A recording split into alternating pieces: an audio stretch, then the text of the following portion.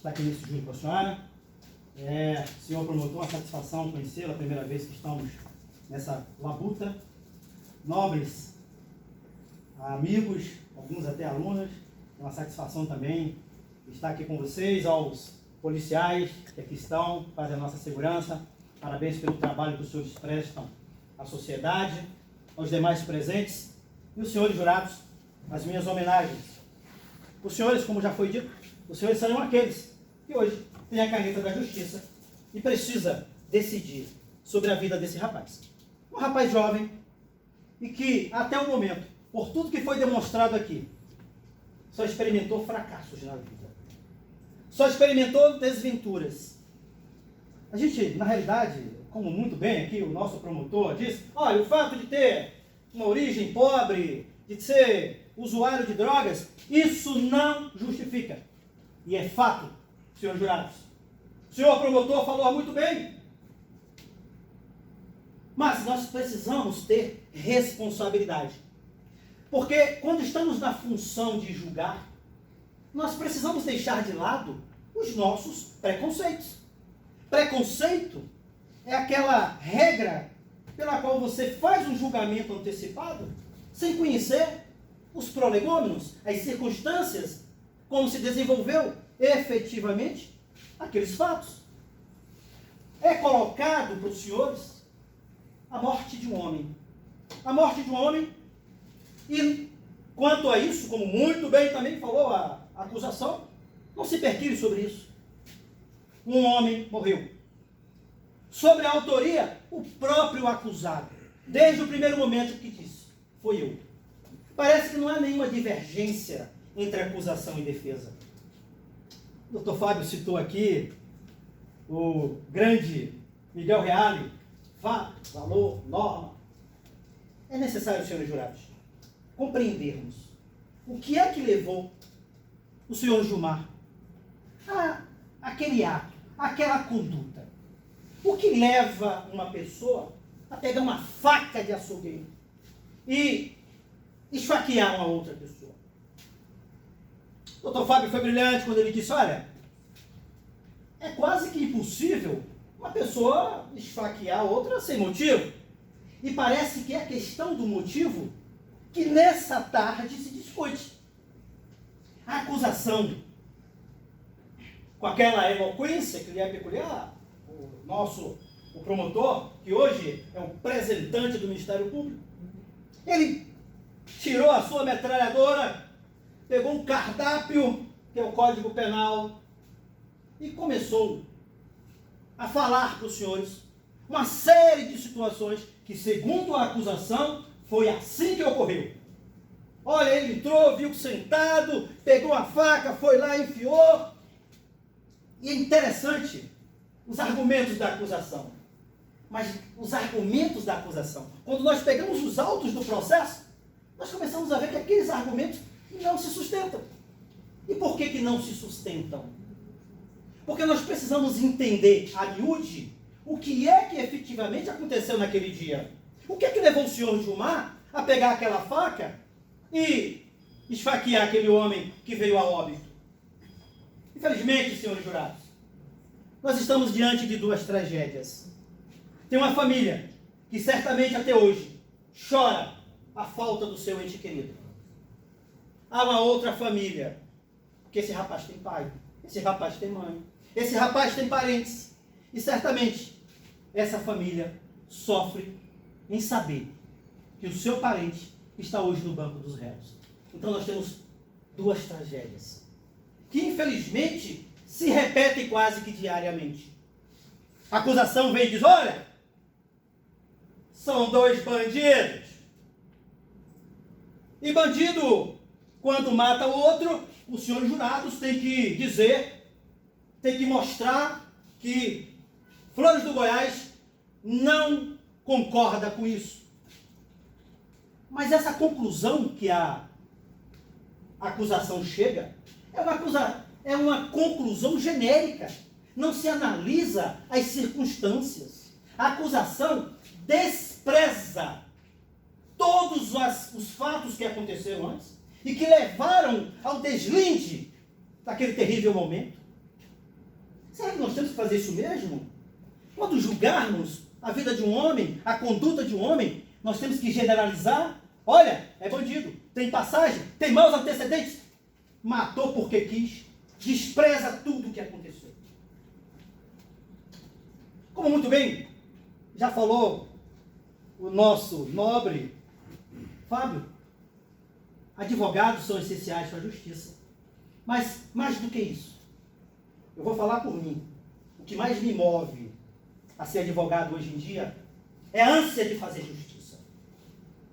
Porque os senhores jurados, para decidirem hoje sobre a vida daquele homem, os senhores precisam ter elementos em que os senhores decidam e possam ir para casa sabendo que fizeram justiça. E quais são os elementos que são trazidos para os senhores hoje aqui? A acusação já disse que, já que ele é bandido, tem passagem, condena. Olha, não tem legítima defesa. E quando ele faz isso? Quando a acusação faz isso, ela desperdiça todo aquele arcabouço probatório que foi destilado aqui hoje. Bom, senhores jurados, o que é que nós temos de concreto nisso tudo? Nós temos de concreto que, até certo ponto, esse acusado era amigo do pai da vítima. Vocês viram aqui ele dizendo? Nunca tivemos problema.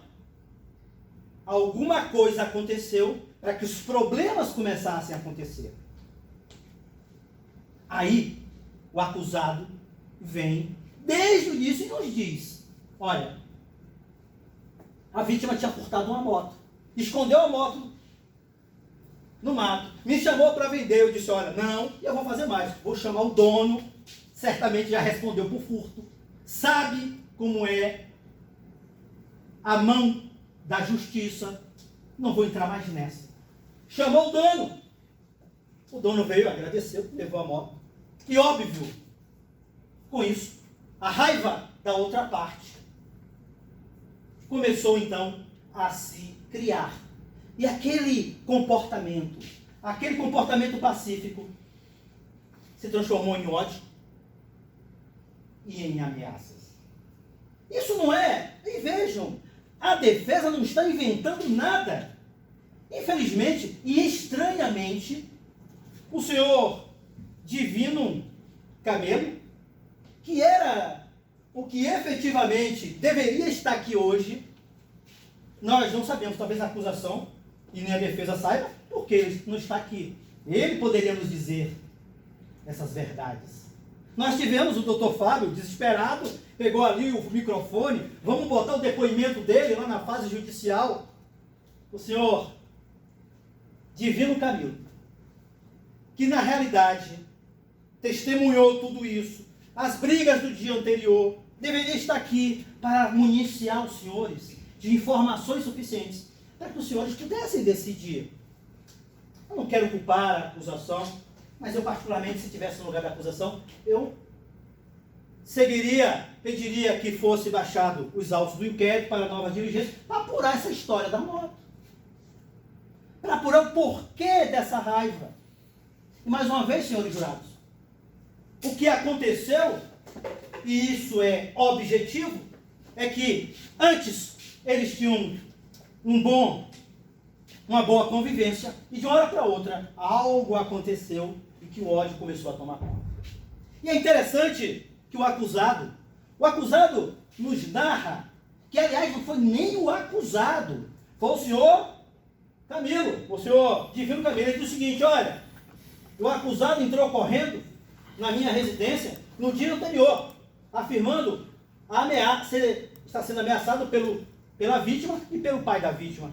Isso é um fato objetivo.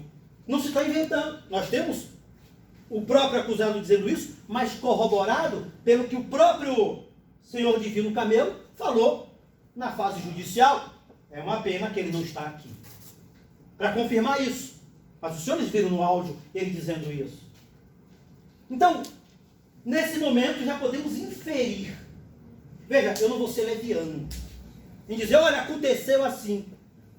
Mas de objetivo, houve ameaças.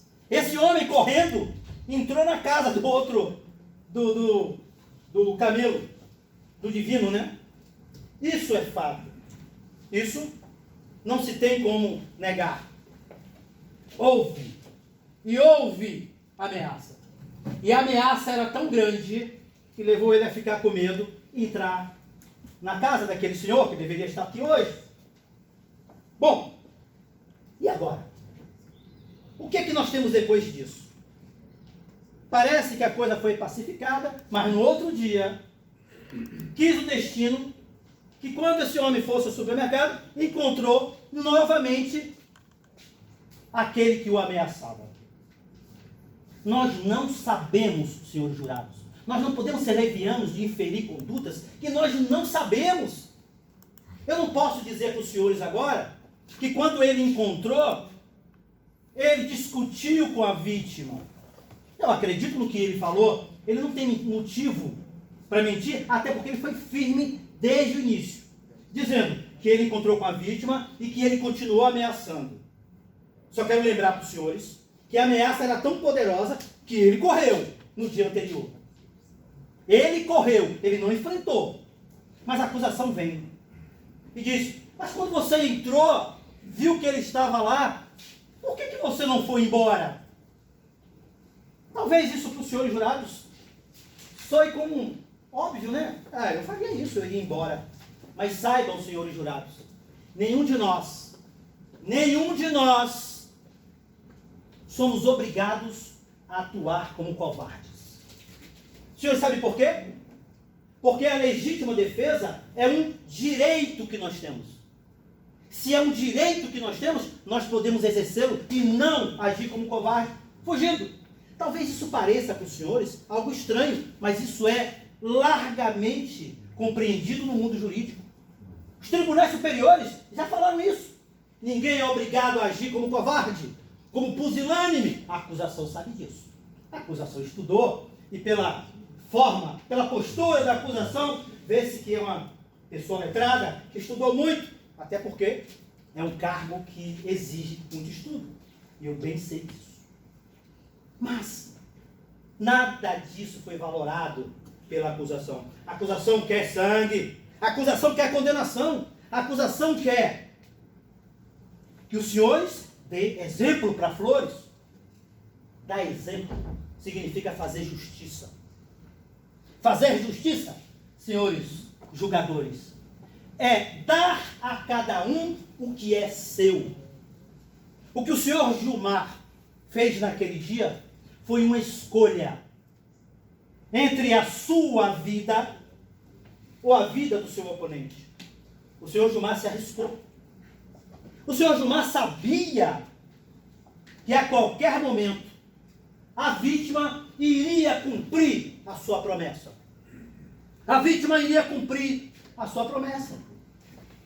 Não tenho dúvidas. A acusação vai vir aqui em réplica e vai dizer: não existia, naquele momento, não existia uma agressão iminente. Não justifica ele ter agido em legítima defesa. O que os senhores estão testemunhando, o que aconteceu com o senhor Gilmar, foi um exercício de um direito dele. De depois ele amedrontado, vendo a sua vida correndo riscos. Ele não teve outra forma de agir, a não ser de forma desesperada, pegar aquela faca e ferir aquela vítima com uma facada. Eu chamo os senhores à reflexão. Nem tudo é o que parece. Senhores jurados, nós precisamos entender na conduta do senhor Gilmar que não havia efetivamente o dolo de matar. O doutor Fábio deu um show ao falar sobre isso. Quem quer matar, efetivamente, quem quer matar, quem já vem com aquele desiderato de matar, ele não dá apenas uma facada. Ele dá várias facadas. Porque ele queria matar. É diferente daquele que topa com seu algoz, que o ameaçou. E que uma ameaça tão grave, que provocou medo, a ponto dele correr. Veja, não é segredo para ninguém, já foi envolvido com furto, com pequenas delitos, mas correu, porque ele sabe que a ameaça que estava sobre ele era mais poderosa do que as forças dele. Realmente, naquele momento, aparentemente por tudo que foi demonstrado, não foi demonstrado que naquele momento havia uma agressão iminente. Mas o que ele fazer? Ele iria fugir, sabendo que mais tarde aquele agressor ia atrás dele e a qualquer momento ia furar ele, ia acabar com a vida dele. Aí a doutrina e até a jurisprudência vai dizer assim: nesses casos, o agente pode agir em legítima defesa. Mas como legítima defesa? Faltam os elementos. Aí cria-se a chamada legítima defesa antecipada. Legítima defesa antecipada, senhores jurados, é o nome que se dá quando alguém é ameaçado e aquela ameaça é uma ameaça injusta, é uma ameaça de um mal futuro, mas é uma ameaça certa. Na cabeça do senhor Gilmar, na cabeça dele, aquele homem ia realmente matá-lo na primeira oportunidade. Como é que o senhor Gilmar vai fazer isso? O senhor Gilmar, naquele momento, agiu de acordo com o direito. O senhor Gilmar agiu de acordo com o que ele encontrou. Tem um açougue ali, pegou a faca e foi lá. Uma facada. Ah, mas uma facada mata? Claro que mata. Mas, senhores jurados, quem quer matar, quem tem dolo de efetivamente matar, quem já sai de casa com desiderato, com a intenção de matar, não dá uma facada, ele dá várias facadas, porque ele assumiu: eu vou matar. Ele não está nem escondendo a cara: eu vou matar. Mas no caso do senhor Gilmar, ele deu uma facada. Quando ele correu, talvez na cabeça dele, ele nem sabe onde a facada pegou. Dizer que este homem praticou um homicídio qualificado por motivo fútil é uma injustiça. É uma inverdade, senhores jurados. Não se deixem levar por argumentos em que procura trazer para os senhores a questão da sociedade. A sociedade, infelizmente, é essa a realidade. As drogas têm provocado esse tipo de conflito. Tudo bem, este homem cometeu crimes anteriores, este homem ainda está respondendo pelos seus erros anteriores, mas os senhores não podem generalizar. Os senhores estão aqui para julgar esse fato. E esse fato é uma acusação de homicídio qualificado que não se sustenta, porque não há elementos nos autos que sustentem isso. Condenar por condenar, condenar a qualquer preço, condenar porque a acusação quer. Como muito bem falou o doutor Fábio, os jurados não vão se deixar levar dessa forma. Existe uma criação norte-americana chamada teoria do etiquetamento, que se aplica muito bem ao senhor Gilmar. A chamada teoria do etiquetamento é assim, ó, em curtas frases: é um criminoso, já praticou crimes, está sendo acusado. Logo, se ele já é dessa forma, ele fez, ele matou porque quis, ele matou de forma qualificada, a gente etiqueta. Pronto, coloca a etiqueta de assassino, e aí não precisa a gente investigar. Não precisa nós nos aprofundarmos nas investigações.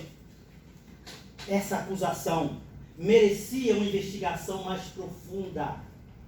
Sabe por que essa investigação mais profunda não ocorreu? Vamos etiquetá-lo. É um criminoso, é um que pratica delitos na cidade. A acusação disse assim: tem dado muito trabalho aqui, ó, em Flores. Condenem ele, joguem ele no calabouço, joguem a chave fora. É isso que a acusação traz para os senhores. Mas a defesa tem mostrado aqui para os senhores que tem elementos que demonstram que realmente o senhor Gilmar foi ameaçado, e não foi qualquer ameaçazinha, uma ameaça real, que permitiu que ele agisse em legítima defesa antecipada. Mas se por acaso, senhores jurados, os senhores entenderem que nada disso procede, nós temos aqui, o doutor Fábio trouxe, olha, Então vamos colocar aí o homicídio privilegiado em face do homicídio emocional, né? O momento que ele estava ali, ele agiu emocionado pelo momento, pelas ameaças que estava sofrendo. Reconheçam então o homicídio privilegiado. Mas se os senhores também entenderem que não é situação de homicídio privilegiado, se entenderem que na realidade ele quis lesionar, se ele quis lesionar, qual a lesão que ele queria? Ele queria ferir ou queria matar? Se ele quer matar, na minha visão, uma facada por si só, não parece demonstrar que se queria matar. Me parece muito mais uma espécie de defesa em que deu a facada e correu. Ah, não, mas olha, ele é tão ardiloso que ele deu a facada do lado direito, porque ele sabia só com uma facada iria matar. Senhores, aí já é uma ilação, já é uma criação que, salvo o melhor juízo dos senhores, não se sustenta diante de tudo que foi colocado aqui.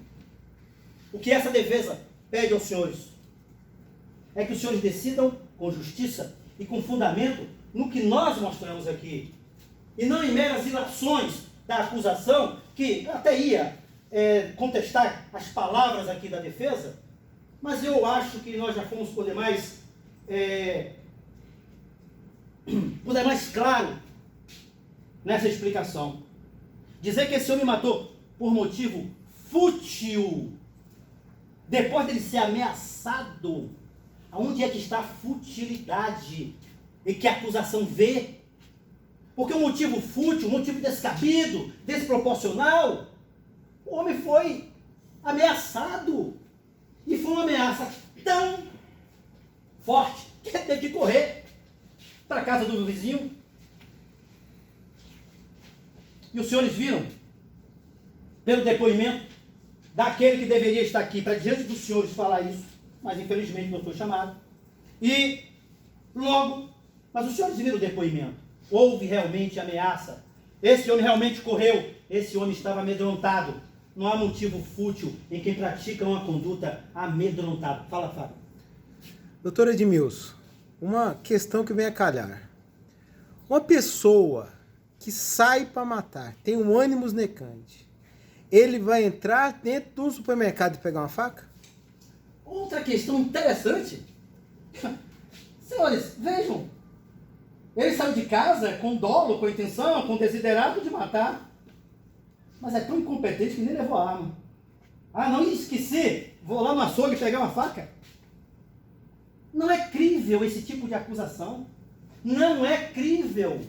A acusação, às vezes parece que ela tem uma bola de cristal, em que ela desnuda a realidade daquilo que ela acha que foi. Eu vendo aqui a acusação narrar a dinâmica dos fatos, falei, gente, ele estava lá? Porque de concreto, nós vimos alguém dizer que houve uma discussão, nós vimos alguém dizer que viu o homem sair ferido, nós vimos alguém dizer que viu o acusado sair correndo. O acusado nunca negou isso.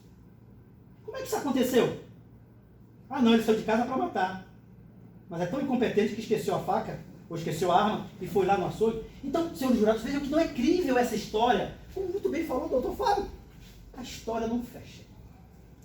Mas não vou mais enchê-los de argumentos, pois já vejo que é o necessário.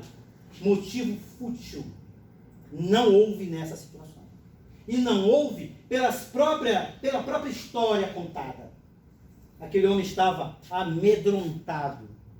E naquele momento em que ele pegou aquela faca e atingiu o seu algoz, ele estava agindo sobre o manto da legítima defesa. Legítima defesa antecipada. E antes que a acusação diga que isso não existe, existe sim. Quando você coloca lá no seu muro, sabe no muro que você bota aqueles vidros? Você bota aqueles espetos, bota lá uma cerca elétrica, aquilo é uma legítima defesa antecipada. Então o nosso ordenamento jurídico tem sim essa figura. E esse homem, na hora em que sentindo-se ameaçado, amedrontado, já não tinha a casa do tio para correr, só restou a ele lutar pela sua vida. Pois, como diz o grande filósofo, quem não defende a sua existência está fadado à morte. Que os senhores julguem com justiça e não utilizando-se da teoria do etiquetamento. Muito obrigado, senhor jurado. Silêncio.